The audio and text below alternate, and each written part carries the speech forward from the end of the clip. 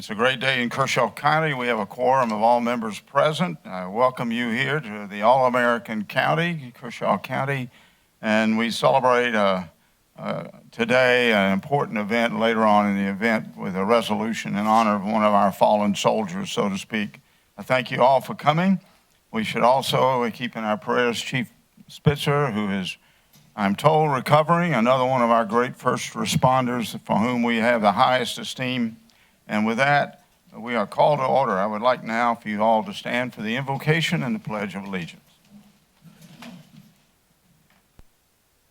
Let us pray. Heavenly Father, we remember the words of the good book that says, "Blessed is that nation whose God is the Lord." And we hope we respond in that spirit and in the word and fact to worship you by our service here for the people of Kershaw County, all to your honor and glory. All this we ask in the name of our Lord and Savior. Amen. Amen. Join me in the Pledge of Allegiance. I pledge allegiance to the flag of the United States of America and to the republic for which it stands, one nation, under God, indivisible, with liberty and justice for all. Mr. DeBose, we now move to public comments. Sir, do we have anyone signed up?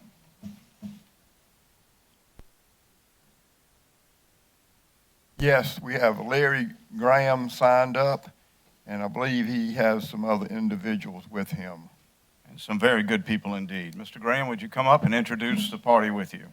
Greetings. We're coming on behalf of the Department of Mental Health, and I'm here to introduce Kimberly Gaines, who is the new director of our local clinic. And she has 25 years Talk into the mic, please, sir. She has 25 years experience with Department of Mental Health, and she'll do a great job. We're also rolling out a program called Roads of Independence, and the Department of Mental Health is opening up a new office here in Camden, and they're here to tell you about that. Oh, great. Thank you very much. First of all, I want to say thank you to the council for allowing us this opportunity to speak on this afternoon and giving us the opportunity to relay to you the things that we're currently doing and the visions that we have for 2020. In our adult clinic, we have restructured crisis and triage to be better equipped to handle the crisis, the volume that's coming through our doors. We have a vision of greater collaboration with our community partners, as well as hopefully this year, we'll be working with the detention center and Chief Cato, as we will be sending out a designated staff person to do assessments with the inmates. We are working with churches in the area to promote suicide prevention, as well as to help them in any areas of mental health. For the first time ever at our adult clinic, we will be providing LGBTQ safe place groups for adults.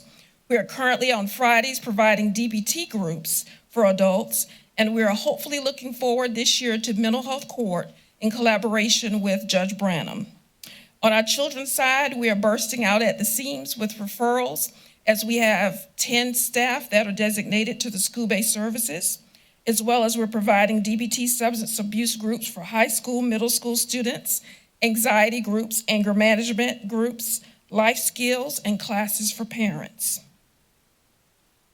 1 second. We are very excited, as he has mentioned, the non-traditional services for our Roads of Independence program.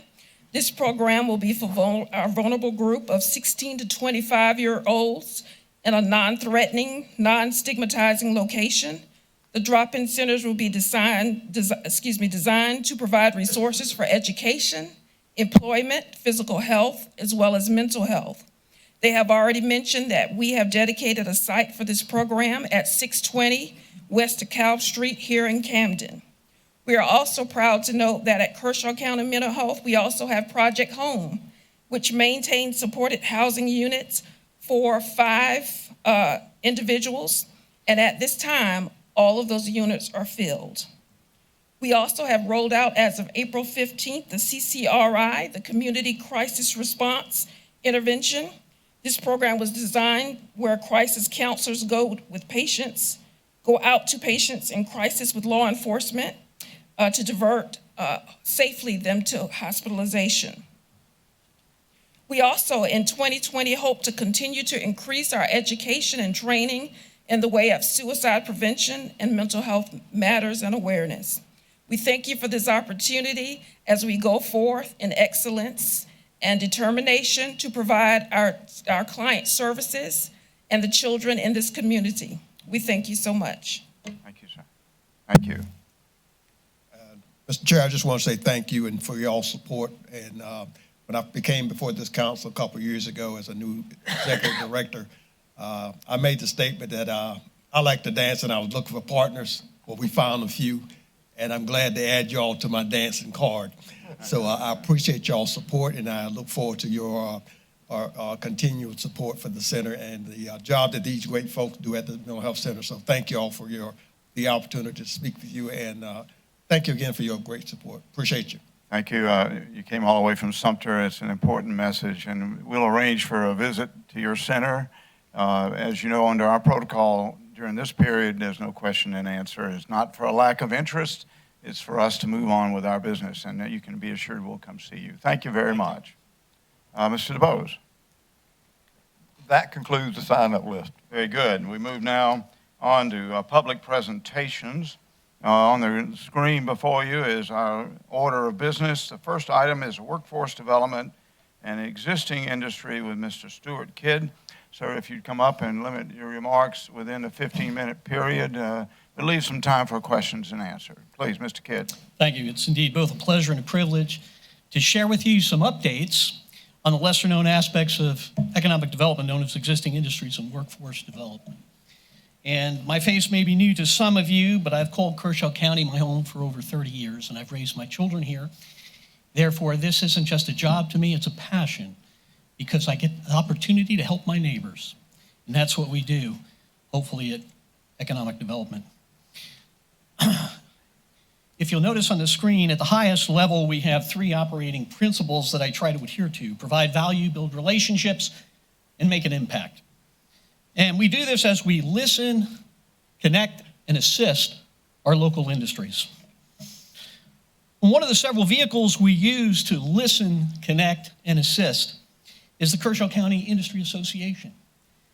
And this association allows us to uncover issues and challenges, everything ranging from workforce and tariffs to basically whatever keeps them up at night. And this is an important venue for us because if all we do is our annual visits, we're wasting our time. We need to dig deeper to provide value. The Kershaw County Industry Association is based on something known as next-gen sector partnerships. And one of the important aspects of this is that the industries drive the agenda. We don't drive the agenda. When they come to our sharing meetings, our luncheons, we don't have pat presentations for them. We want to hear from them what's keeping them up at night. So when we go around the table, we let them tell us what their needs are, what's happening in the businesses.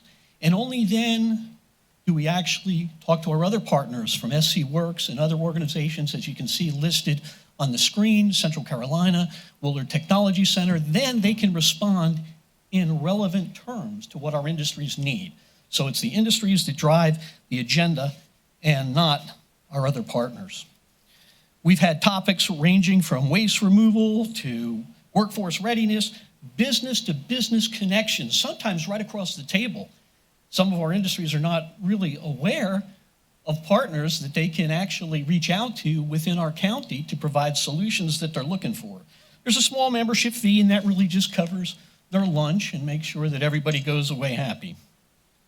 Some of the benefits of our industry association include a platform for influencing existing workforce programs and offerings. So they get to voice what they think is important. We can pass it along to Central Carolina. We can pass it along to other entities, the Kershaw County School District.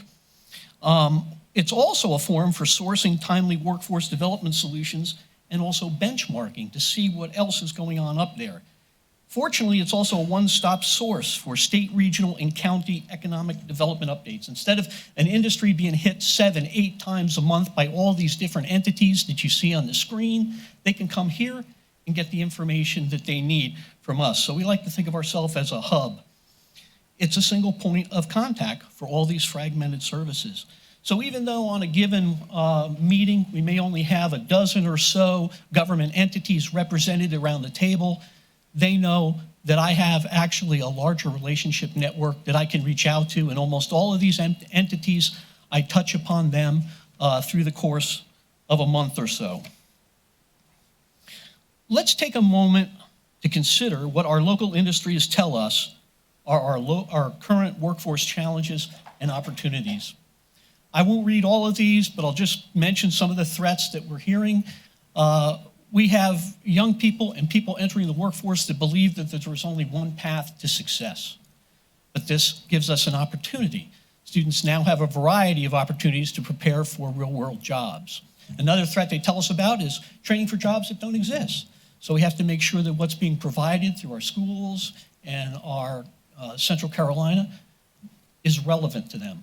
Assuming manufacturing jobs haven't changed, listen, it's not our grandfather's factory anymore. It's very different indeed. And so we have to help with that awareness campaign as well. Understanding the burden of debt, right? Student debt is a big challenge, and communicating that there are other options for them. And finally, the last threat that they're telling us is addressing future gaps resulting from an aging workforce when coupled with our low unemployment rate. We have some industries in our county that in the next 5 years will actually have 50% of their workforce retire. And so our job is to make sure that we have a continuous pipeline feeding those companies so that they can continue to thrive. In fact, one of the other things we try to do with Next Gen Partnerships approach is not to be professional visitors, but actually to help local industries by directly impacting core business processes. And I came from a corporate job for about 27 years, working in HR with workforce development. And next week, we actually have an offering, and we have approximately 9 industry participants coming. It's a workshop on succession planning and talent mapping. And it was something that they asked for, not something that I pushed upon them. And we have additionally people from the county and also the Chamber of Commerce that will be attending that workshop. So we think that's going to be a very valuable tool for their HR directors and their plant managers to use as they move forward. Future offerings through the next quarter are pretty straightforward. The natural follow-up to succession planning is, of course, apprenticeships. That's the other way we feed the pipeline. Second quarter, we'll be working on performance management. That's evaluation and assessment. And then professional development, which is, in fact, training. Third quarter, we do our annual wage and benefit survey. And that's very important because our local industries need to know what their competition is and what other companies are offering. It's a rather extensive survey. We collect a lot of data on benefits, on vacation time, health coverage, you name it. And it's a very important tool, and they ask for that. Fourth quarter, we do what we call our manufacturing awareness campaign. And we believe that there needs to be 3 prongs to this campaign. In the past, we were only really firing on one piston, but starting this past year, we've now expanded it. So in addition to our annual 8th grade manufacturing and trade expo, we start out in September with a counselor awareness seminar. And that's where we bring in the school counselors so that they can understand what the key issues are and how our young people can find employment in our local businesses right in their own backyard. Then Parents' Night comes in October. If you don't have the parents on their side, you can talk to the counselors, you can talk to the students, but when the students go home at night, who do they hear from? The parents. So we have to have an awareness campaign for parents as well to tell them about all the opportunities that are available to them from our local industries and in a manufacturing environment. And then last but not least, we have the 8th grade manufacturing and trade expo, which means we not only have manufacturers, but we have carpentry, we have heating and cooling, we have plumbing, we have utilities all represented there. And it's a round robin. We have 50 students from all 4 middle schools, 200 people, and we have our industry partners coming, and they have hands-on interactive displays. So it's a wonderful way for industries to spotlight themselves and also for our young people to learn about what it will take for them to enter the workforce successfully. You can see here the awareness campaign as it moves from the counselor briefings through parent awareness night. And at this time, I just want to give you a snippet, just a 2-minute snippet of what our students experience in that manufacturing expo. Annie?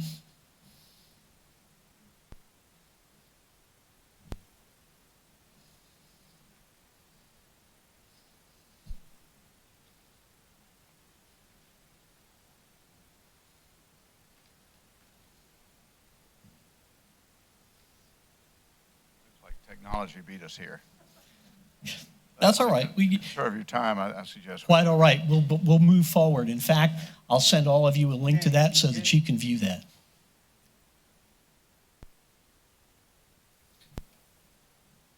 We'll move ahead. One of the other things we tried to do is we reached out to industries and we said, you tell us what you're looking for in your new hires. And what you're looking at here, these components in this workforce readiness program are things that they said were important to them.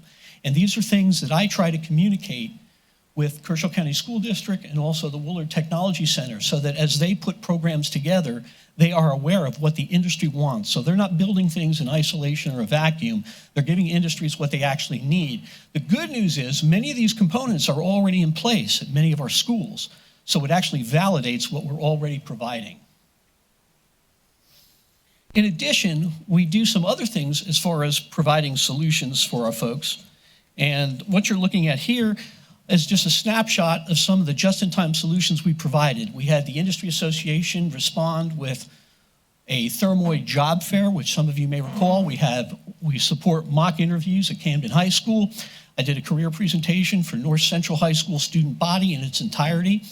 I've been a guest presenter at Central Carolina's Discovery Day. We connect local businesses with solutions for, believe it or not, recycling.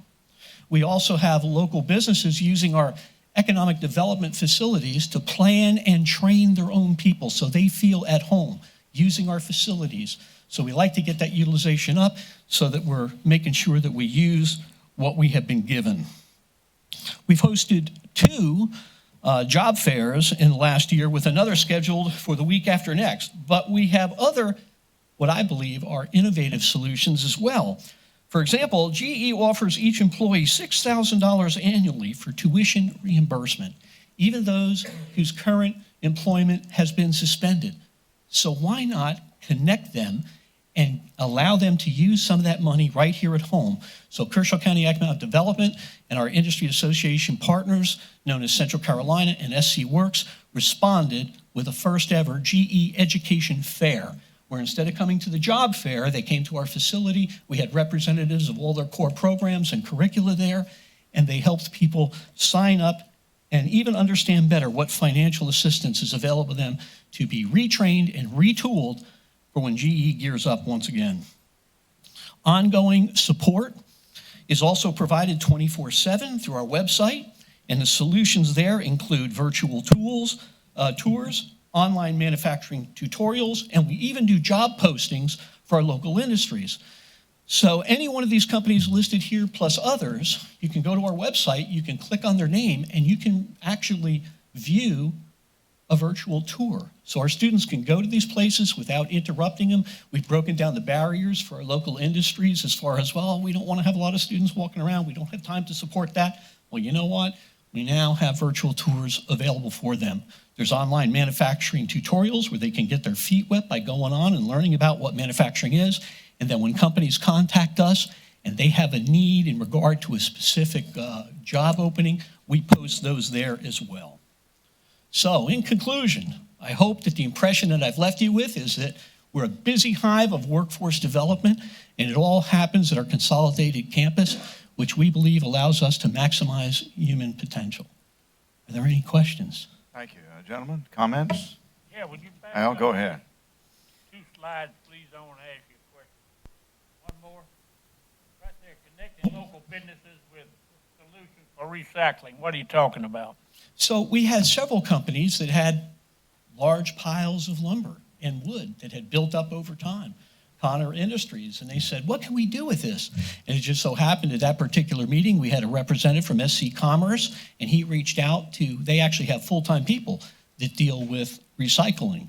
And they provided a list of people that can help them reduce that, come and take that away. We also worked with Hangst. Hangst was paying a large amount of money to remove some things that they were producing there. And when we contacted Department of Commerce, what they found was they could not only provide a less costly solution to removing those things, but in some cases would actually pay our local companies for what they were taking away. And I think that's a win-win. Thank you. Other comments? Mr. Jones? Thank you, Mr. Chairman, members of County Council. Mr. Stewart Kidd, I'm very quick to voice my concerns if I don't think things are going right, but I'm also just as quick to voice my position if I think things are going right. You are absolutely doing a fantastic job. I'm very impressed with what you've done. I wish we could have gotten the Manufacturing Expo up, because that really impressed me when I watched it, and I see what you guys are doing with the youth in our community and the partnerships. I tip my hat to you. I commend you. Keep working very hard. You and is Lauren Reeder here? And she's another one. You two are absolutely what's right for economic development, and I appreciate what you guys are doing. And as I said to Mr. Carpenter, I certainly hope that the new economic development director will listen and take your input as well in moving this county forward. So I want to thank both of you for what y'all have done. Y'all are absolutely the right thing for economic development. It's a privilege. Thank you. Thank you. Other comments? I've always said job one is helping current business be profitable, sustain them, and grow them. And this is what you're doing. That's excellent. And that's what I've been looking for some time. Can you send me copies of these slides? I've got a couple of meetings tomorrow in Washington, Columbia, and then one on Thursday on this topic. And a trained and ready workforce is the second part of that. And as you know, last night we had the Carolina Scholars who get our money from the city and the county, and they get a free 2-year education at CCTC. And one young man was graduating and said, you know, I'm debt-free and I'm making money. That's what it's all about, is helping our youth have a great future here in this county and helping industry have a great and sustainable, profitable experience. Thank you, Stuart. Other comments? If I may, real quickly, Mr. Jones, go right ahead. I want to thank you, too. I'm the one who asked this to be put on the agenda tonight. I'm the one who wanted you to come and present this.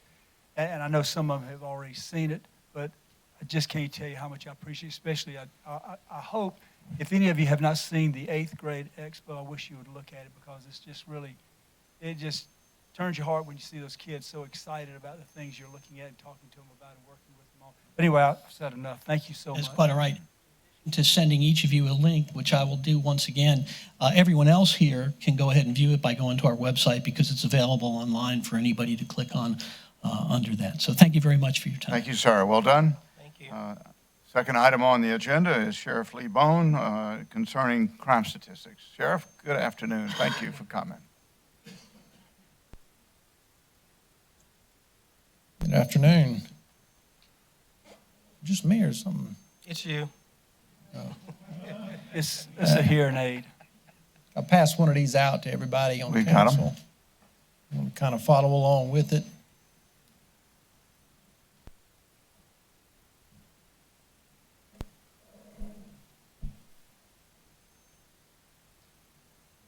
We had a good year. First year in office, 2019, I think we've had a really good year, and I think we've got a bright future ahead of us. I think we're going to be getting more good news as we go along. Usually when you look at statistics, it's always good to have at least a 5-year numbers that you have out there to kind of give you something to compare to look at where trends are going. So that's what I tried to get. Unfortunately, we just went to our computer system, and I think the end of 2016, 2017 was basically a trial and error type year. 2018, 2019, we still had a lot of errors that we had to get to. I didn't want to present any numbers that wasn't accurate, so I'm really only going to have 18, 19 stats for you tonight. I'm going to try to go back 5 years on the ones I can get through the state and FBI. See our first slide here. Say in 2019, Kershaw County, we had the lowest murder rate in 5 years. We had the lowest violent crime rate in 5 years and lowest traffic fatalities in 5 years. Our drug overdose deaths were reduced by about 67% from 2018. We brought back our funeral escorts. We increased visibility by, I would say, about 50% out on the road with the addition of our cruise lights. I'm pleased with all of this here. I think this is something that the department should be proud of. We're moving forward, and we still got a long ways to go. Going into the first one, murder and non-negligent homicide rate. I'd like to put up at the first one here, you'll see the United States rate. This is murders by, it's per capita, for 100,000 population. That's what you got. So what you're seeing here is the last stat that FBI had for nation was 2017, 5.3 murders for every 100,000 people, citizens living in the United States. So that's, your rate is 5.3. South Carolina, this is what we got from SLED. Their most current one was 2018, which was 8. So you see South Carolina's got a higher murder rate than the nation does. However, Kershaw County, over the last 5 years, you'll see our rate is pretty low. See, in 15 was at 5, it was 6, 8, 5, and 2019 we're at 3. So we're actually below the national average on murder rate. Kershaw County is not a bad place to live. We do have an occasional bad incident. We do have a murder every now and then, and when we do, it tends to get a lot of attention because it's so rare here. That's how good of a county we do live in. We get to the bottom of them. The ones we have, the 3 you see on the board here, they're solved. I mean, they were solved very fast, and we got the guys who needed to be in jail as quick as we could. Actually, all of which are still in jail. Violent crime rate, again, we're looking back at the last numbers FBI put out for the United States was 382. That's 382 people out of 100,000 that were victims of violent crimes. That includes murder, robbery, aggravated assault, and a sex offense. I think those were the 4 they went by. So you see in 382 was for the United States. Again, South Carolina was a little higher than the United States average at 494. But you can see Kershaw County from 15, 16, 17, 18, and 19, we're constantly going down in that number. And so we are, as far as violent crime rate in Kershaw County, we're lower than the United States average. Again, great day to be in Kershaw County. Traffic enforcement. As all of you know, I done away with the traffic unit when I first took office. We formed a core team with the guys from the traffic unit. However, we did tell all of our deputies it's their job to work traffic. All of our deputies are out there. With this, we had a 20% increase in DUI arrests in 2018. We took 20% more drunks off the road in 2019 than we had in 2018 without a dedicated traffic unit. Every deputy works traffic. Our traffic fatalities, you'll see over the years from the last 5 years, 18, 18, 19, 17, and 15 this past year. So we did go down with our fatalities. As you can see, this is not a high number, just like our murder rates is not a high number. Anything can set it off. I'm going to set this out so next year, if we happen to have a bad wreck where multiple people are, it's easy to turn these numbers around. Drug enforcement, our cocaine cases went up 63%. Our controlled substance went up 34%. Our meth cases went up 25%. Now, these are proactive numbers. These are not numbers saying that the cocaine usage is going up 63%. This is enforcement. We're enforcing these things more.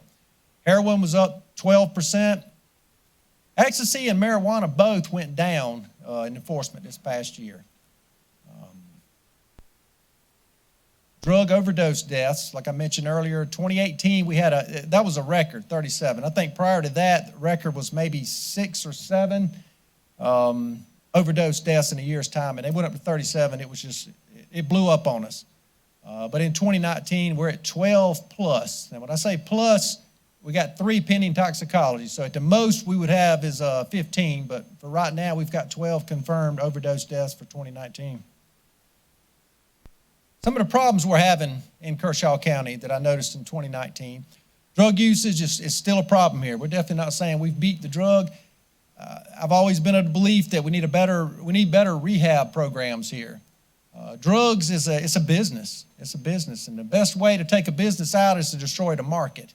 If we're not doing something to help out with getting users off the stuff, getting the addicts clean, that's the best way to destroy the market. We'll never out-arrest everybody because somebody's always going to take their place. Unsecured vehicles is getting to be a real big issue here. This is a preventable crime, locking our car doors. People are just, 99% of the car break-ins we're getting are really not car break-ins. They're just somebody going and opening their doors. Yes, they're still a criminal for going in somebody's car, whether it's unlocked or not, windows down, it doesn't matter. They're still criminals. However, we can do something to try to prevent some of these crimes just by locking our doors and not leaving anything valuable inside your cars. Our theft from a motor vehicle rate went down slightly, 3.5%, but we still had 189 cars that were gone into.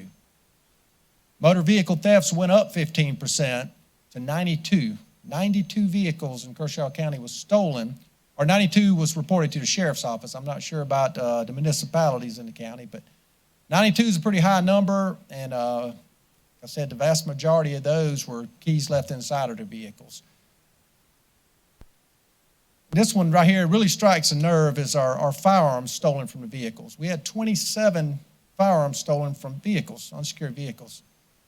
We got to do better with that. We got to do better with that. I talked to Chief Floyd in Camden. They had 18 in Camden. So that's 45 between us and Camden. I'm not sure about Elgin or Bethune, what they may have had, but those numbers are climbing. I think as we get more people armed, more people carrying firearms, we start getting that responsibility level. We need to keep check on them and make sure people are doing the right thing and keeping them secure. Yeah, it's our right to keep and bear arms. We don't need to forget that first word, keep. We need to keep them. We don't need to be giving them up. Our next one here, suicides. I think this is going to be a record here. Last year we had 21. I know our probate judge, Debbie Branham's not here, and so I'm going to talk about her behind her back, but she's been doing a really good job of getting ahead of this and doing everything possible to try to help out with this. This is a problem. It's not just Kershaw County. It's a lot of other places are having the same issue. Don't know why we're having the increase, but it's people like Judge Branham that's getting ahead of it and doing what needs to be done to do everything we can to prevent them here in Kershaw County. But in talking about the traffic fatalities, overdose deaths, and suicides, when I was going over these numbers here, I couldn't help but to think about our coroner. So I wanted to invite our coroner here tonight, and he wanted to give some stats from the coroner's office that's going to relate to some of the stuff I just talked about. Well, it's like the sheriff said, but on the overall, deaths is way up this year, way up. We had 635 for 2019. Already for January, we're at 65. So it shows that, deaths are up. Natural's 570. Like I said, overdose is 12 plus. It's going to be 15 because I'm sure the three I'm holding behind my desk are definitely overdose. Accidental deaths is 10. Out of that, it's wheelchair, house fire, and electrocution. The rest of them is falls from elderly people. And, of course, they told you homicides is up. Drownings, we didn't have but 2 this year.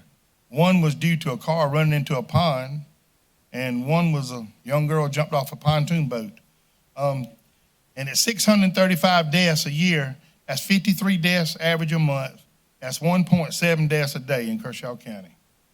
And I'm glad to see the traffic come down. That's the first time ever, which, like Lee gives 19.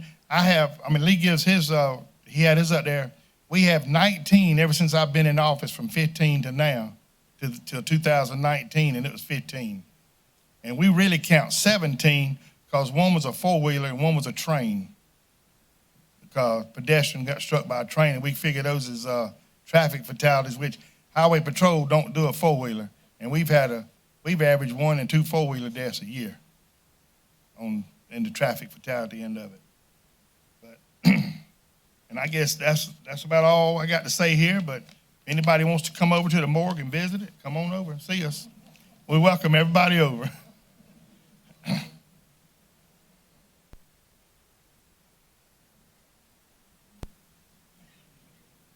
No, that concludes it. If y'all have any questions.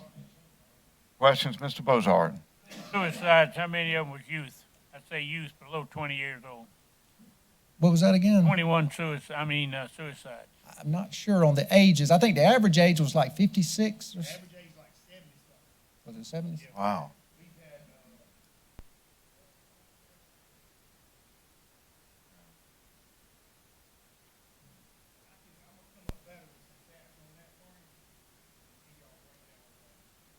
Other comments?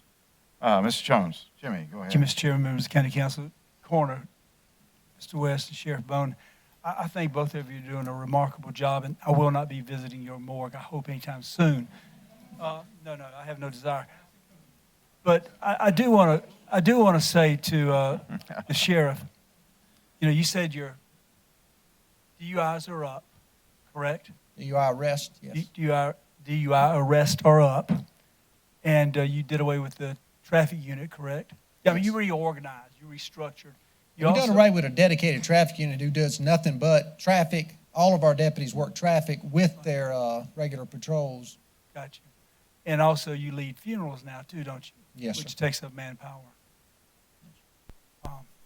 And how much extra money do we give you to accomplish all the great numbers we saw tonight? Zero. You did a good job. That's my point in case, you're doing a great job. You're a good steward of taxpayers' dollars. You don't come in here and the first thing you think is, okay, I got to have more money to put at this issue. Need more money. So. I'm not going to offer any more either. But seriously, on a serious note, I really am impressed with the way you've done that. I mean, you've just totally restructured and reorganized and took the same funds and got great results. Great results. So, and I've always been a fan of yours. So thank you so much. Appreciate you being here tonight, both of you.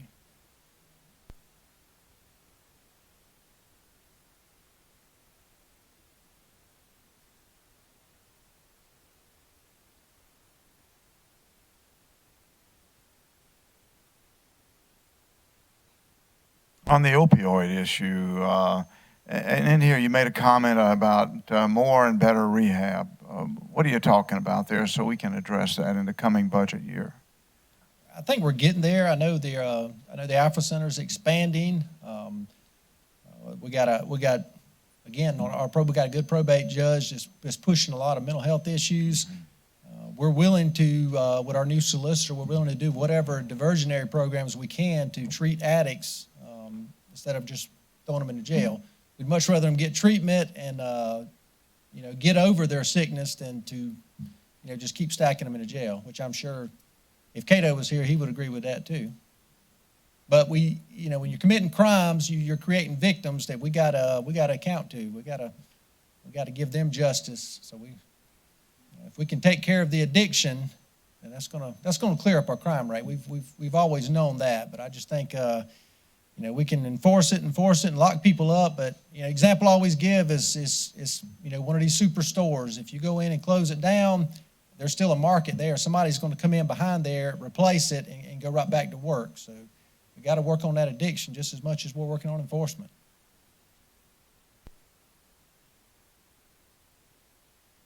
The county voted to pursue a claim in the opioid litigation, and I was just wondering, with that, have you seen any progress, received any subpoenas or any requests for Narcan administration data or anything? I guess that would apply to you as well. I haven't seen anything. No movement yet? Nothing I've seen at the office asking for any of that information. Okay. I know the courts have been generally slow and that they're consolidating a lot of the cases, so it may come in time. Thank you.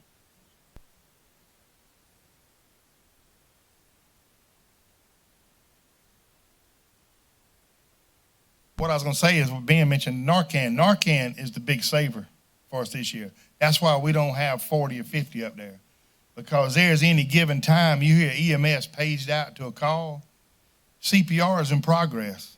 They shoot Narcan, they leave the patient at home, breathing. I'm in good shape. Narcan is a blessing. You got drug dealers that toting Narcan now.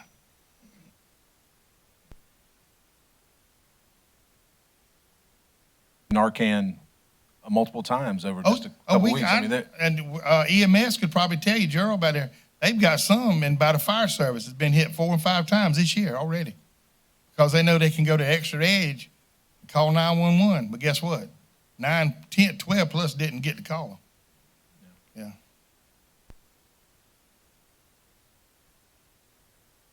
To treatment, I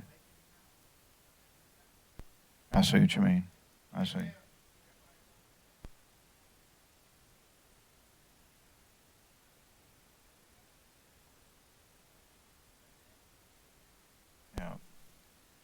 Other comments? This has been a very illuminating, we've had 2 very fine briefings. This has been excellent understanding of the health of our county in so many ways. Thank you, Sheriff. Thank you, Coroner. I really appreciate it. Thank you very much. Well done. Ladies and gentlemen, we now move to the adoption of the agenda. The agenda is on the board. I believe we have an amendment, Mr. Connell. Yes, Mr. Chairman, I would move that we take off the discussion of land jam under the new business heading and move it to the next council meeting in 2 weeks. We just need some more data there and some more logistics sorted out. Very good. Can we have a second? Second. Second from Mr. Snodgrass. Do we want to have any discussion there, please? Just as general background, you have a promoter that's interested in the community that's done other large concerts, namely Drift Jam, if you've heard of that, out at Lake Murray at Spence Island, that owns a business near the Lake Wateree property and is interested in bringing a country western bluegrass type music festival to that property. And that was going to be some of the discussion, but again, I feel like we need to move it for a couple of weeks and get some more things sorted out. Thank you. And I believe we have another amendment. Why don't we take them in order and we'll just go through them. Mr. Tucker.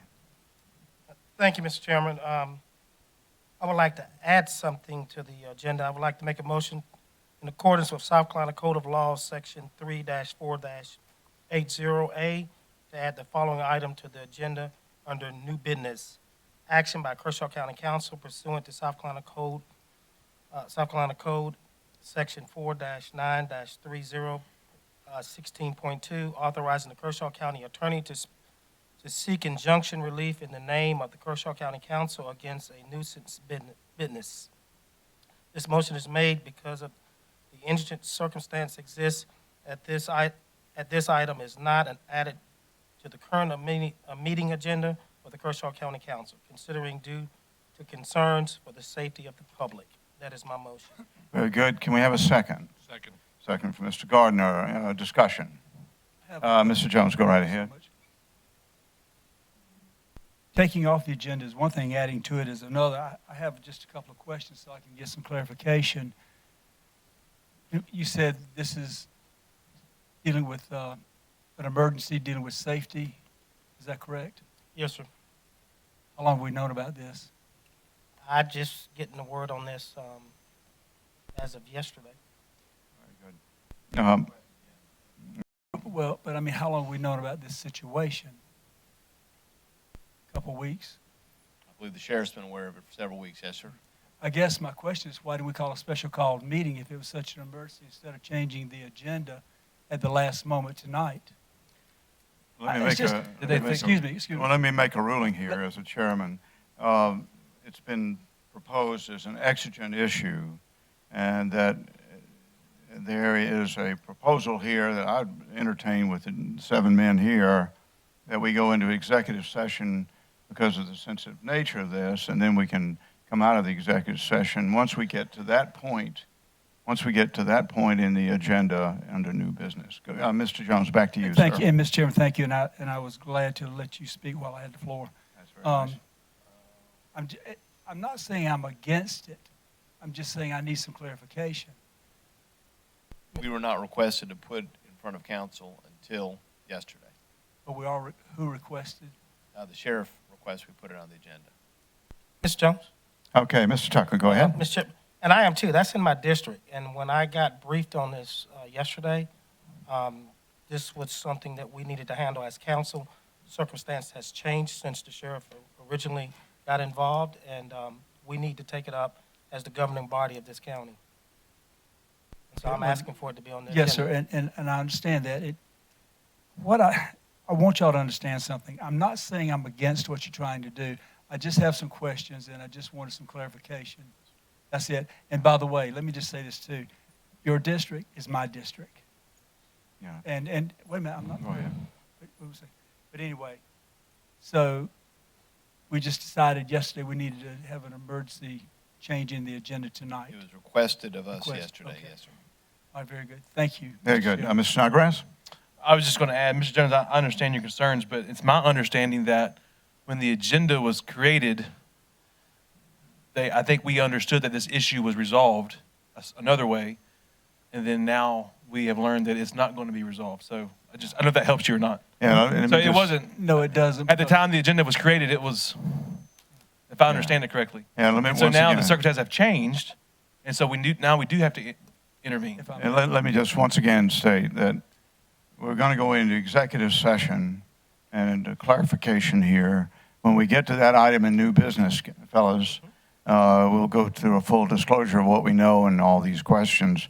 Don't want to prematurely reveal that given the nature of how this came to us. Mr. Jones, did you want to pick it up?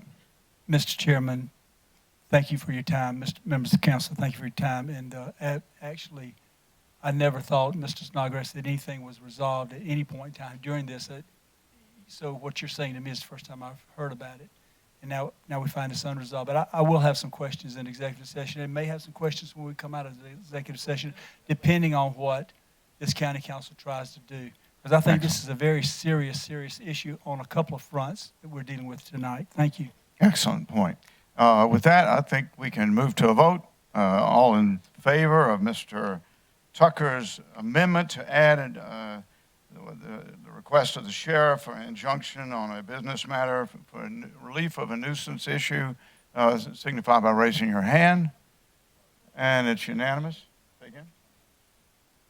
And I'm getting to that. Yeah. I'm getting to that. Thank you. And we now, so that one's added. We move now to Mr. Connell's amendment to delete and move to the next meeting, discussion of land jams, signify by raising your hand. And it's unanimous, and we now move to a vote on the agenda as amended with the addition of one item on the nuisance relief and the deletion of the land jam. All those in favor signify by raising your hand. And the agenda is duly amended. Now we move to resolutions, the first of which is probably the most important thing I'll do all week, which is a resolution in memory of our friend, Mr. Gene Falconberry. The resolution is at tab A, and gentlemen, if you'll permit me the honor of reading this, and then we'll move to a vote. The resolution in loving memory of Mr. Gene Falconberry, whereas Samuel Eugene Falconberry served the people of Kershaw County as its premier first responder for 21 years and set a record of performance and of innovation in leading all aspects of county emergency services that made us safe in our homes and businesses. And whereas Gene Falconberry was born and raised in Kershaw County, he graduated from Barron DeKalb in 1975, a devoted member of Oak Ridge and Springvale Baptist churches, and husband of another great public servant, Daisy Branham Falconberry. With 3 daughters, Amber, Stacy, and Stephanie, along with 3 grandchildren, Ansley, Madison, and Owen. And whereas Gene Falconberry began his career at DuPont in 1975 and serving in many different departments and overseeing over 100 employees, during which time Gene volunteered at Westfield Fire Department from 1986 through 1996, working his way through the ranks to become the fire chief for Westfield Fire Department. And whereas in 1996 he became the deputy fire marshal for Kershaw County and later the fire marshal and emergency management director in the year 2000. As fire marshal and deputy fire marshal, he established 5 substations, as well as the move of Blaney Fire Station to a county-owned station. With his leadership, Kershaw County Fire Department's apparatus and equipment were updated, which contributed to lowering the ISO ratings to benefit the citizens of Kershaw County. And whereas Gene was promoted to director of the Department of Safety and Emergency Services in 2015, accepting further responsibility of code enforcement, central communications, detention center, and emergency management services. Throughout, he managed county responses to a range of emergencies and the EOC during hurricanes, floods, snowstorms, ice storms, and tornadoes. And whereas in 2018, he guided the review and the renewal of our county volunteer services, providing staff support to the county's decision to reorganize county fire services with new leadership organization, training, personnel, equipment, and fire stations in the hub and spoke system now being implemented. And whereas in 2019, he restructured code enforcement with new emphasis on litter control and pride in this community. Therefore, be it resolved that Kershaw County Council recognizes and honors the manifold achievements and unstinting services of Gene Falconberry for 2 decades of selfless service and sacrifice on behalf of his personnel and to the ultimate safety and security of the people of the county in their places of residence, work, recreation, and worship. Be it also resolved in token of which that a plaque in his memory and in celebration of his service be installed in the new Cassett Fire Station at an appropriate time. Gentlemen, may I have a motion to approve this resolution? And Mr. Bozard gives the first, a second. Second from Mr. Gardner. Discussion. If I Mr. could, Jones, I'd like to please do go that. right ahead.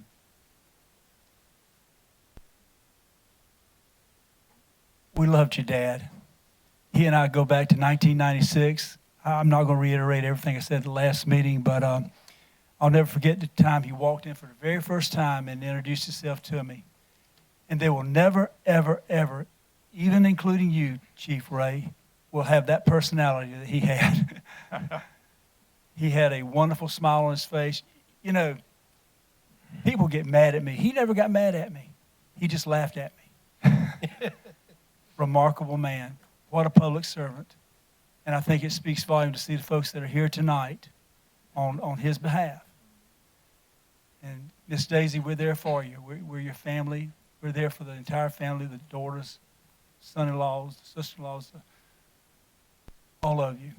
God bless y'all, and you're in our prayers. And if you ever need anything, we're here. Thank you. Other comments? Mr. Chairman. Yeah, Mr. Connell, please, sir. Gene had such an impact on me in just a short few years. So I can't fathom how much he impacted and meant to all of your lives. Attending his funeral service is one of the more powerful things I've experienced in my life, to see how he had touched people so much. We love him and we miss him, and we're here for you. Other comments? Mr. Bozard. Yes, thank you. Sat in church with every Sunday with Daisy and Gene, and except the times when he was out watching gospel singing someplace, he wouldn't be in church. But anyway, he would call me on Sunday and just tell me at church, everything on your farm looks good. So Daisy, you gonna check my farm when you go by and tell me everything's okay? But anyway, I appreciated Gene as a friend, and I appreciate you, Daisy. And it's good to see you back in church Sunday. Thank you. Other comments? Yes, Mr. Snodgrass. Sure. I'll just reiterate what I said last meeting. Of all the 7 men, I knew Gene the least amount of time, but Gene was one of the first county employees that I met when I came on council. And I said to myself, if every county employee knows their job just as half as much as this man knows his job, then this county is in really, really good hands. And so Gene always, just from the get-go, really, really impressed me. And I'm honored to be up here on this desk to honor Gene's life. Thank you. Yep. Mr. Tucker. Thank you, Mr. Chairman. To the Falconberry family, I still have you in my prayers, and of course I do love you, Miss Daisy and the crew, and I just ask that you guys continue to band together. Family is sometimes all that you have and the strongest thing that you have. And for the younger folks of the family, you guys pick up the torch over there, Chief, and continue to press on and do the things that you know will make him proud and that he would want you to do. We love you, and if I can do anything personally or professionally, don't hesitate to call me. Thank you. Tom? We may replace him, but he won't ever be replaced. Amen. Mm-hmm. Very good. I'll conclude before we vote. This is how we do things here. This is not a funeral. This is a celebration, Miss Daisy. Yes. And to the parents of Gene Falconberry. You raised him right, and up on that Tornado Hill about 3 weeks ago, all of his people that he trained, Christy and all the rest of them, Keith, everybody was up on that hill, volunteer firemen, the whole team was up there doing their job. Sheriff was up there, everybody, getting it done. EMS was there. It was just amazing who was up on that hill carrying out and carrying on in the name and in the spirit of our great friend Gene. So there's no need for crying today. You can do that if you want, but I'm celebrating a wonderful life, and I hope this is the best we can do. This is how we do it here, but you know how we feel about you, Daisy, and we all sense the same loss in the same way. So with that, we move to a vote. All those in favor, so signify. And it is unanimous. Daisy, if you would bring the family up, we'd like to present this to you. Thank you.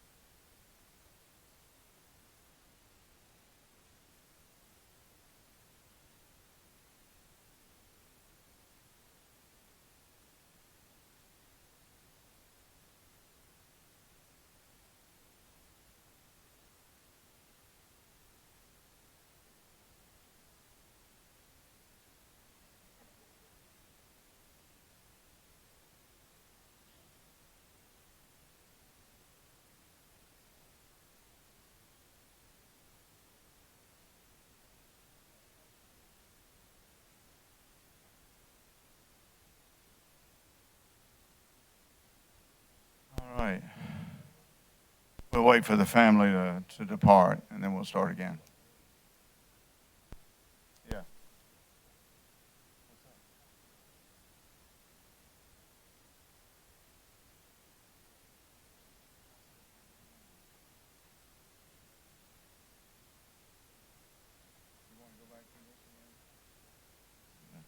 got it. I'll take the correction, but we don't need to do that. All right, with that, we move to the next item on the agenda, which is item number 2, another resolution by Kershaw County Council to approve the removal and relocation of an abandoned cemetery. It's at tab B. I would like first some explanation from the attorney, and then I'll read it for a motion. Mr. Chairman, this is required by the statute, what you have to do if you want to relocate an abandoned cemetery. So this fairly quotes the statute, but the council will note that two attachments of note are one, an affidavit by William Cox, that the notice of the abandonment and moving the cemetery was published in papers required by law, and per his affidavit, they have received no responses. Furthermore, the landowner upon which the cemetery is located, the persons that are buried in the abandoned cemetery are related to the present owner. Okay, very good. All right, with that, I'll read the resolution, take a motion, and I'm sure you'll get a question or two. Thank you for that opener. A resolution by Kershaw County Council to approve the removal and relocation of an abandoned cemetery. Whereas Luckstone Corporation has informed Kershaw County that it has an agreement for the purchase of property on which is located an abandoned cemetery, sometimes known as Gaskin Cemetery.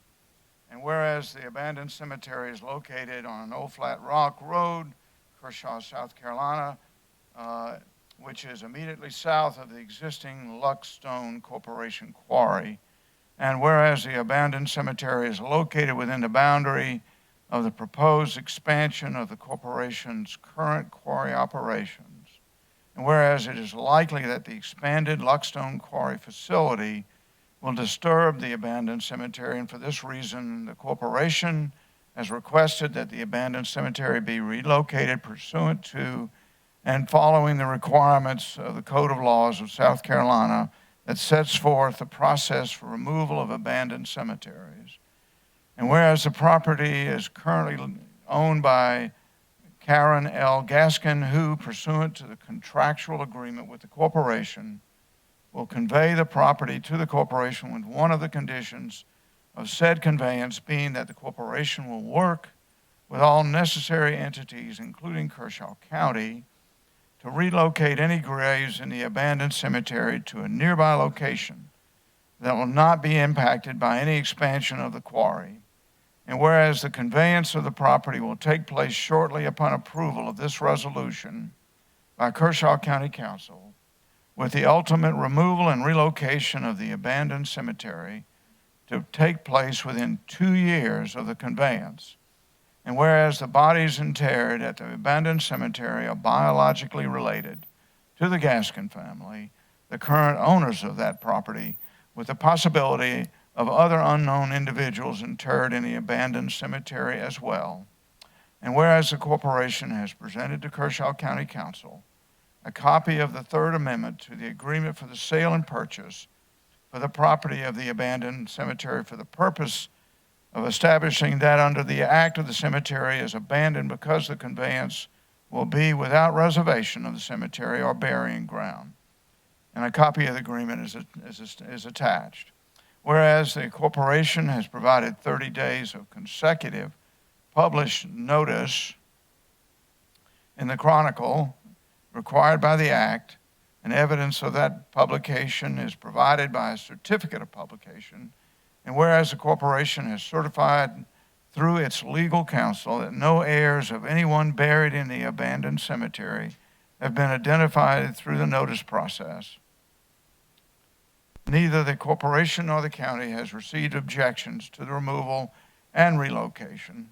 Whereas the corporation has assured Kershaw County that due care will be taken to protect any tombstones that will be replaced at the relocation cemetery, and that replacement will be done properly so as to leave graves in good condition as before removal, and that the corporation at its sole cost and expense will erect an appropriate monument identifying that those formerly buried at the abandoned cemetery are now buried at the relocation cemetery. And whereas the removal and relocation of the abandoned cemetery will be supervised by a South Carolina licensed funeral director, and an archaeological and engineering firm will oversee the relocation of the remains with all expenses incurred in the removal and relocation shall be borne by the corporation. And whereas the area to which the graves will be removed and relocated at the relocation cemetery is agreeable to the corporation and Kershaw County, and no relatives of the deceased persons buried at the abandoned cemetery have made any comment or objection. Whereas it is necessary and expedient to remove the graves and any monuments from the abandoned cemetery and relocate them to the relocation cemetery.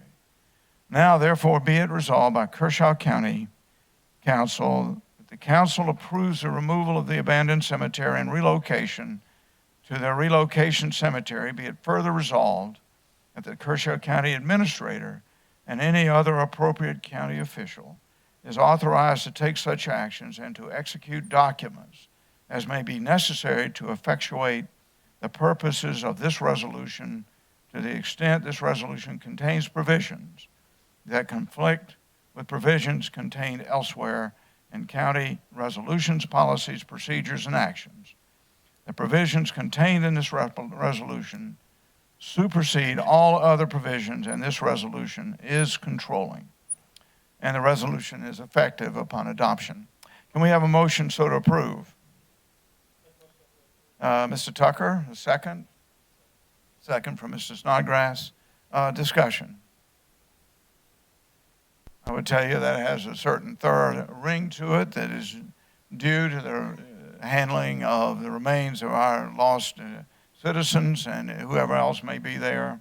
And I think the thoroughness of this bespeaks a very good coordination in accordance with the laws we have given. Other discussion? Seeing there is none, we move to a vote. All those in favor, so signify. And it's unanimously approved. Thank you very much.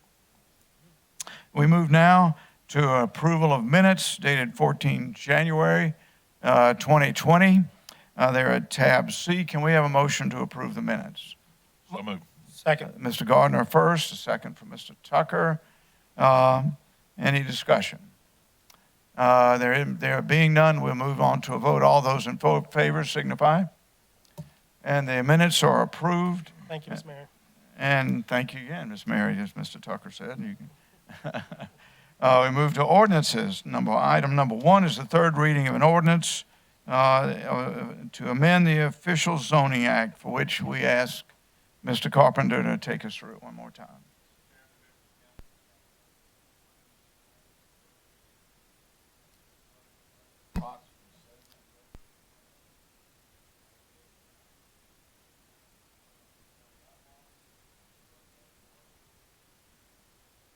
Very good. And this is the third reading. Can we have a motion to approve? Mr. Chair, I make that motion. Mr. Snodgrass, second.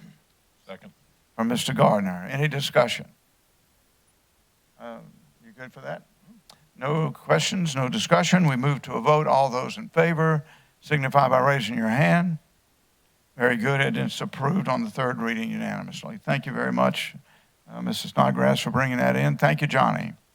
With that, we move to item number 2, third reading of an amended and restated ordinance determining rules and order of business. It's at tab E, as introduced by Mr. Tucker. Can we have a motion? I make a motion that we approve third reading. Mr. Tucker first, a second. Second. Second from Mr. Bozar. Discussion. Mr. Chairman, I just want to say there's no changes from second reading. Okay, very good. Others? Mr. Tucker, I just want to say thank you for working on this. You've always been a good steward when it came to the rules and policies of county council, and I appreciate that. And I think this is a good move. Thank you, Mr. Jones. Well, Mr. Jones, you made an understatement saying Mr. Tucker is a good steward of the rules. He always gets me after council and tells me what I did wrong. So, as I said, a good steward. Thank you, Mr. Tucker. Welcome, Mr. Seeing any no further discussion, all those in favor, let's move to a vote. All those in favor, raise your hand. And it's unanimous and adopted. And Mary, I think you'll have to post it up here in the next meeting. Very good. And we now move to the next new business as introduced by Mr. Tucker. What I propose is we go into an executive session. We'll need the sheriff there, I'll need the administrator, and I'll need legal advice from Tommy Morgan and Ken DeBose. Expect this will be a lengthy discussion. We will come out and we will likely have a vote if, depending on the outcome of the executive session. So with that, can we have a motion to retire to executive session with those named persons to return for a possible vote? So made. Mr. Bozard, a second? Second. Second from Mr. Tucker. Discussion? I imagine there will be some when we come back. All those in favor of going to an executive session, so signify. And it's unanimous and approved, and we'll move into executive session.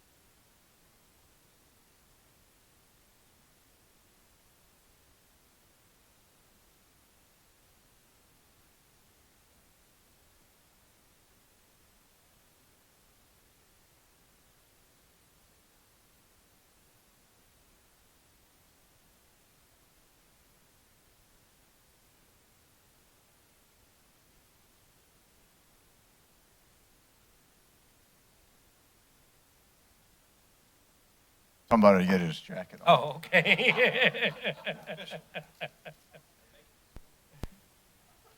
What's There you hot back go. there, Mr. Administrator?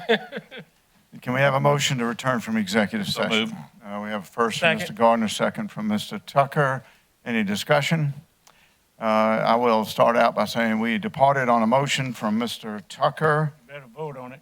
and we're having discussion right now. Thank you. Oh, I'm sorry. Mr. Tucker, and we came back. When we departed, we said we might vote on a subsequent motion. So with that, any further discussion on return from executive session? Seems there is none. Let's move a vote. All those in favor signify by raising your hand. And we are returned from executive session. With that, we return to the motion made and seconded by Mr. Tucker. And Mr. Tucker, you have the authority to lead us in discussion, sir.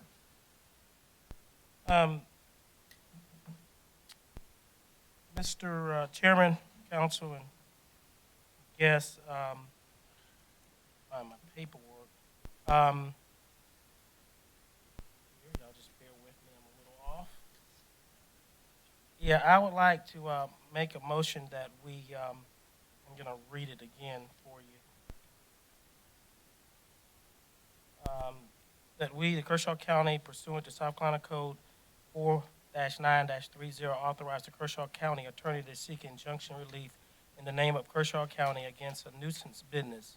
This motion is made because of the urgent circumstances exist in this item, and that's the reason why we're needing to act tonight. That is my motion. Very good. That motion has already been voted on and seconded. We're now into a discussion phase. I think we can now expose that the sheriff asked us to take this action based on the principles inside the motion. And I think we ought to further explore that in a discussion phase. Your motion wasn't right. Why wasn't my motion right? We're in discussion. We're not taking any action tonight. We're sending a letter. We're going to have to vote on that. I need the attorney to help us here. I propose we have an instrument of action, which would be a letter to be sent. Now, I would like to get that before council formally, since we have changed it a couple times.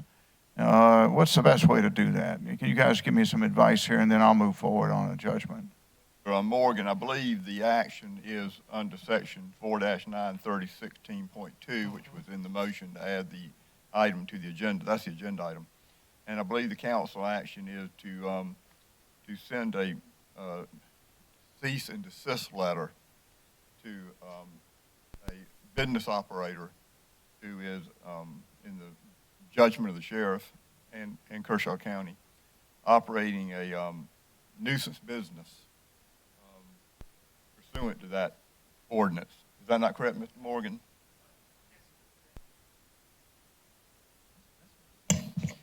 Yes, Mr. Chairman, members of council, that is correct. I have passed out before you a proposed cease and desist letter to be issued on behalf of Kershaw County Council upon the recommendation of the sheriff as it relates to the abatement of a nuisance business located here in Kershaw County.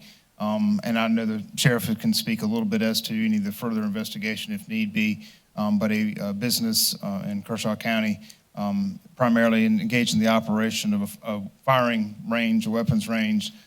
There's issues and complaints that rounds from that range are falling onto an adjacent property. Yeah, just stop right there for a minute. What I want to do is introduce the letter formally in a motion. That's what I think we ought to do, right, Ken? Yes. So what I'd like to do is take a motion to accept the letter in some fashion and then approve it. So, Sammy, over to you. Okay, and then I would like the letter read in its entirety. I make a motion that we approve the cease and desist letter that is recommended from our county attorneys. Have a second. Second, and in accordance with that introduction, I should read the entire letter. Is that good for you guys? Let me make sure I've got the current one. I've got the one where you've added 2 sentences on the next to last and second from last questions. Okay, here we go. It's reference cease and desist letter. Please allow this letter to serve notice the Kershaw County Council is requiring, I guess I can mention the name? Yes. Sandhills Shooting Sports to cease and desist from operations at its location at 25 Mesa Lane, Lugoff, South Carolina, pursuant to South Carolina Code. Specifically, Sandhills Shooting Sports is instructed to cease and desist from allowing individuals to fire weapons at its target ranges until remedial and corrective steps are taken to prevent fired ammunition from leaving the shooting range area in order to protect the public at large. On January 10th, 2020, the Sheriff's Office was dispatched to 22 Corporate Drive due to the discovery of bullets and damage to business operations located at the property. Upon arrival, the business manager notified the sheriff's deputies that during the previous week, roofers made repairs to more than 50 bullet holes to the roof at the building. In the process, several bullets and bullet fragments were recovered. During the investigation, it was noted that the Sandhills Shooting Sports weapon range is located approximately 2,000 feet from the building, and that the top of the berm, which forms the backstop for the range, is visible from the roof. As part of the investigation, the sheriff's office flew a drone from the outskirts of the range to determine the likely path of bullets fired from the range that could have impacted the building at 22 Corporate Drive. The sheriff's office concluded that rounds from the range were likely failing to be contained by the berm and impacting the building at 22 Corporate Drive. Paragraph 3. It is the county's understanding Mrs. Scott met with representatives of the business at the Corporate Drive on the 14th of January in an attempt to come together as good neighbors to resolve this public safety issue. However, the sheriff's office received a second complaint on the 20th of January. At that time, investigators went to 22 Corporate Drive and noted additional bullet holes in the roof of the building that were not present when repairs were performed on the 10th of January complaint. Investigators were able to collect additional bullets from both the roof and the parking lot. Additionally, dowel rods were used to determine the trajectory and path of the bullets. The path and trajectory angles were consistent with rounds being fired from the Sandhills Shooting Sport range. Second page, paragraph 4. Given the circumstances, Kershaw County is concerned for the welfare and safety of its citizens due to the danger presented by uncontained rounds fired at the range that enter onto property and possibly striking an innocent bystander. As such, this notice to Sandhills Shooting Sports has been authorized by County Council pursuant to the authority granted in South Carolina Code.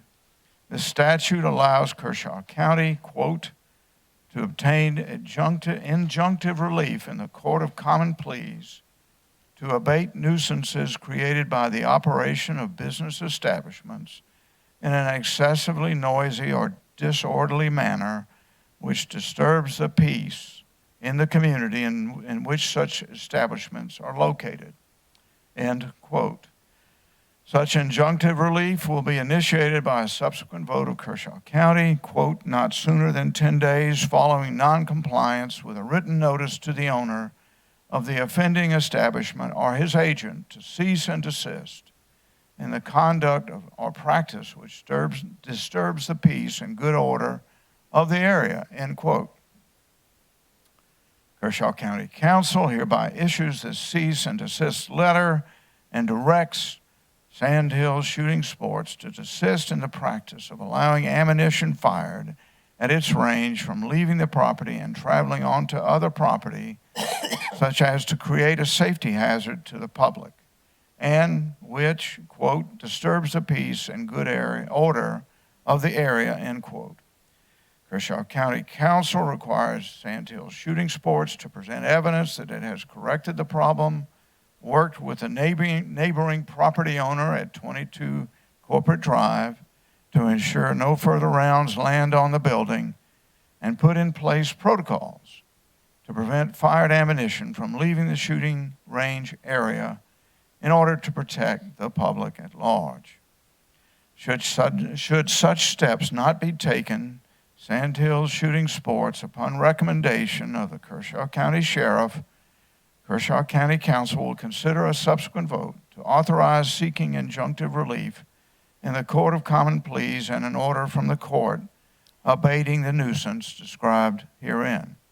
Final paragraph. Kershaw County Council is hopeful such actions are not necessary and encourages Sandhills Shooting Sports to work with the adjoining property owners to rectify this situation.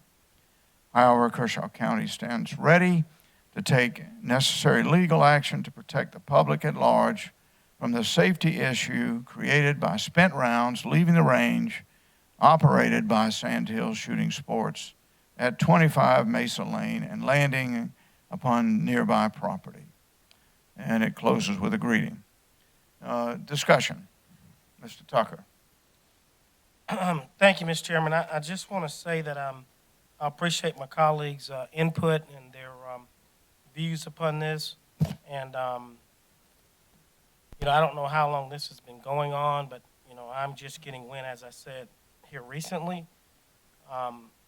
First and foremost, I want to say by thanking the sheriff for looking into this and seeing what could possibly be done as a mediator between the two businesses, because that did take place. And I appreciate your efforts there, Sheriff Bone, on trying to do that. That didn't come to a conclusion, so we're here today. And doing nothing, as we were discussing back there, for me, is not an answer. You cannot be a responsible gun owner. You cannot be a responsible target shooter, irresponsible target shooter. Bullets kill, hurt, and injure, and damage property, and that's a known fact. So I appreciate any support that my colleagues give us up here on this, and this is to get the process rolling. So hopefully these two parties will sit down again and see if they can work out some type of safe compromise that does not, that does not jeopardize the public safety or causes any injuries or property damage. Thank you, Mr. Chairman. Who had our second? Mr. Gardner? Was that any comments, sir?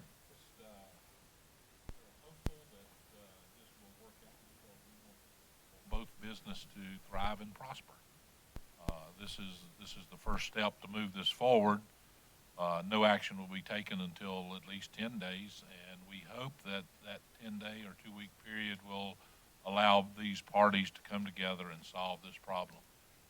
It's unfortunate, but at the same time, it's a very serious issue where flying bullets are a serious issue, and I think we as a council, from a public safety standpoint, have to take a stand on it. Thank you. Other comments?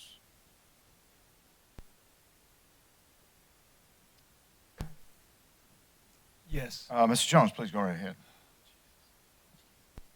All right.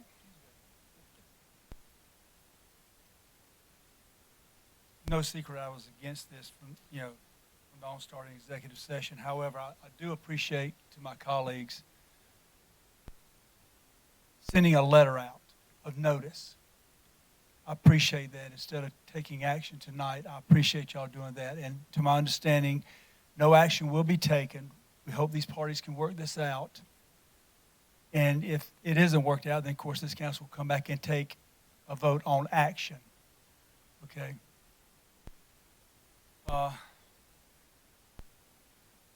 Disappointed that Target has not gone, and if they think there's a danger there, why haven't they gone and taken action? That concerns me. But it comes to county council and the sheriff. He has come and he's asked for this. I'm supporting this letter on good faith. Our sheriff requesting it, and I tell you, folks, I'm going to tell you right now, I thank Ben Connell for helping put this letter together. And I just hope that this comes to, I really hope that these two businesses can resolve this. And I'm going to talk with the property owner tomorrow as well and see if between he and the business that they can maybe get something worked out where this won't have to go any further. But again, this is just a letter putting them on notice. This is not taking any action to put somebody out of business yet. Okay? All right, thank you. Thank you, Mr. Jones. I was just going to comment that this is just a letter, and it requires further deliberation by this council and another vote before any action regarding actual business operations would take place. And, of course, all parties involved will be afforded due process rights to put their case up, as it were. I hope it gets worked out, too. I patronize this business. I go there and shoot from time to time and enjoy learning about and practicing safe gun practices.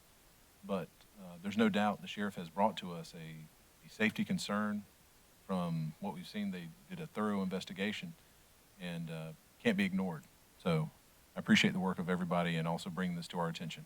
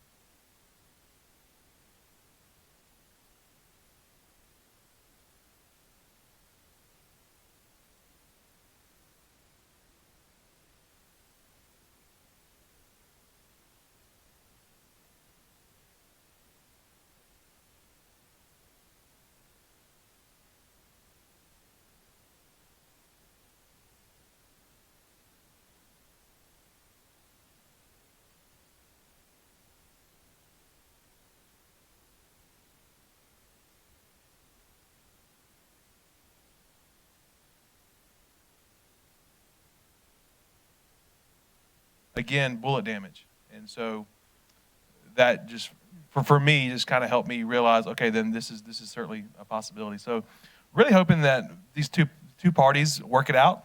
You know, got two parties that are just trying to do the American dream, and I certainly want to support both of them in doing that. And but tonight, I'm thinking about the public safety of our citizens. Thank you. I want to thank the Sheriff for bringing this to our attention. But at the same time, I feel like this is two businesses out there, and this is a civil matter. And the target is asking us to do their work for them in handling this. But and I don't think we should be doing that. This is Target's business. This is a civil matter. Let them lawyers take care of each other and let them take it to court. But anyway, I do appreciate all the effort that's been put into this. Thank you.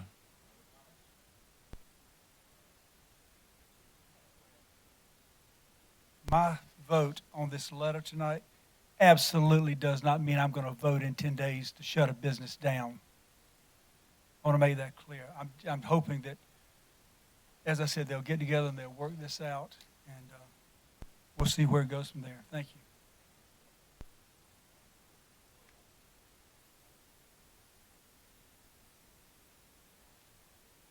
Our vision document everywhere else that people are first.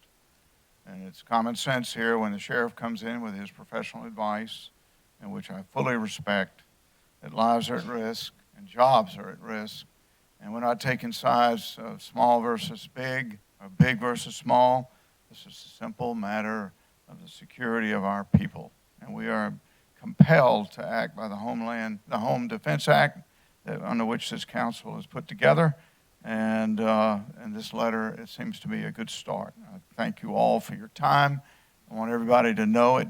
We was in there for several minutes to go over this. This was not easily arrived at as a course of action, but I'm absolutely convinced it is. And I thank Mr. Carpenter publicly, our sheriff publicly, and Tommy Morgan, and also Ken, for working this hard with all parties, to include the landowner, the range owner, and the business owner up on the hill, in a way that tried to reach an accommodation. It's been We thought we had a solution, but now we are having to do this course of action. I thank council for sitting through all this. There are pictures that are compelling that this action is not only necessary, but immediately necessary. And with that, I think we move to a vote. All those in favor signify by raising your hand. And Mary, please record the vote as unanimous, and we can move forward with the letter. Let's see where we are in our agenda now. I think that's our last item, and I think we can move to council briefs. With that, Mr. Jones, you are the lead.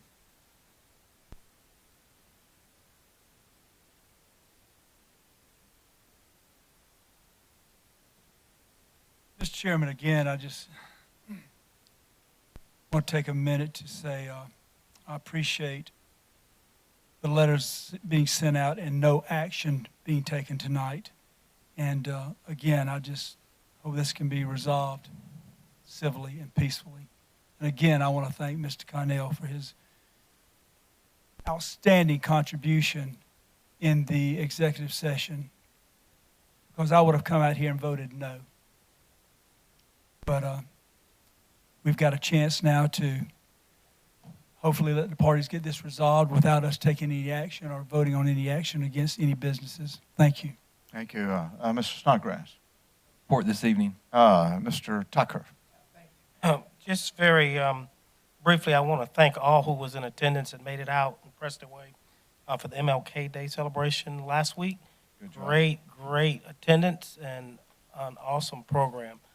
So thank you. The ones who weren't able to make it, hope you'll try to make it next year. You're always welcome and invited, so don't feel like a stranger. Mr. Chairman, if you give me just one moment, I have a letter here, and I think I couldn't have opened it at a better time than tonight. And I think all of y'all received one, January 24th, from Ms. Kennard. Yes, we all did. I need to read this into the record because I think that it just really kind of hits home what we just did on being the responsible body when it comes down to gun safety. It says, Dear Councilman Tucker, having just read the Kershaw County's decision to pass the resolution disregarding any litigation limiting gun control, I am very distressed and disappointed. I'm expressing my concerns in a personal letter to each council member. I think of our laws for highway safety and guns use as a similar safeguards. When Model T Fords were the only cars on the highway, few rules were needed. As vehicles increase in power and abundance, laws governing how we were allowed to drive them became necessary to change and protect the citizens. As guns could become more powerful and abundant, guidelines for the use must be established to keep our communities safe. I do not see this as a slippery slope. Within the laws governing the highway safeties and qualifying drivers is free to enjoy traveling on public highways. Transportation has changed and traffic regulations have met new challenges. As available weapons change and regulations need to change to meet new safety challenges. Within these regulations, a qualified gun owner will remain free to bear arms. Gun violence is already a major problem. No legislation action, as recommended in this resolution, will certainly allow the problem to escalate. And what she's saying there makes plenty of sense. She's not against the Second Amendment, but we do have to hold each other accountable. We do have to be responsible gun owners, and we do have to do right by one another. Because people hold you responsible as a citizen doesn't make them an anti-citizen or anti-anything. They just want to live in a safe environment. So I thank all my colleagues for voting to help push this situation with our businesses in the right direction, and hope we can come once again to a resolution, an agreement that both businesses can continue to thrive and operate in Kershaw County. That concludes my report. Thank you, sir. Mr. Gardner. Mr. Bozart. Mr. Connell. Chairman, I would just again mention Chris Spitzer.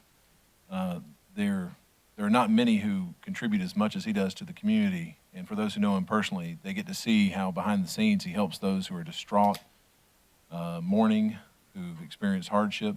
He helps them personally, just counseling them, but also spiritually and guiding them in that way. And he's experienced a major injury. And I think he needs and deserves our prayers of healing and that his family can support him in this very challenging time. That's all I have to report. All right, and I'll close it out before turning it over to the administrator. First again, Chris Spitzer, keep him in your prayers. What a great man and a family of amazing devotion. And thanks to my fellow councilmen and all of you for honoring Gene and his wife Daisy and his family. That was very special and very important. Mr. Carpenter, I'm going to look to you to take care of this retreat stuff. So that's some housekeeping, some further housekeeping. I thank Mr. Kidd, Stuart Kidd, and Danny. You'll see on your emails the video that Mr. Jones was talking about. It's a great video, and we apologize for the technical failure, but if you'd like to see it, it is worth seeing. And it's also worth going to if you ever get a chance. I've been to just about every one of them. And last thing is we've been through a lot of material that wasn't announced to media in advance, for which we don't need to apologize. It was driven by exigent circumstances. But I look to Vic and the lawyers to provide the media, all of them, what package you can tonight, and then the closeout for tomorrow. And of course, that's just our cost of doing business, but thank you for that. So with that, we turn it over to you, Vic. Please take it away. Mr. Chairman, members of council, one item to remind you that this is our planning weekend and goal setting. We will start Friday night with a meal as we have every year, and then Saturday morning we'll be meeting downstairs where we did last year in the emergency preparedness conference room. We will start, breakfast will be ready a little after 7. We'll officially start at 7:30 with welcome, and we'll run until approximately 3 o'clock in the afternoon. Report. I think everyone's aware. Good. Everybody's aware. Mr. Attorney. Nothing, Mr. Chairman. With that, I'm ready to entertain a vote that we dismiss, please. Mr. Bozar, a second. Slow, Sammy. Mr. Gardner, second. Any discussion? Thank you. You did a good job. Even though you didn't get the video up there, you did a great job tonight. Yeah, you did. Thank you. It was a good job by all the staff. With that, let's take a vote. All those in favor, so signify. And it's unanimous, and we are excused.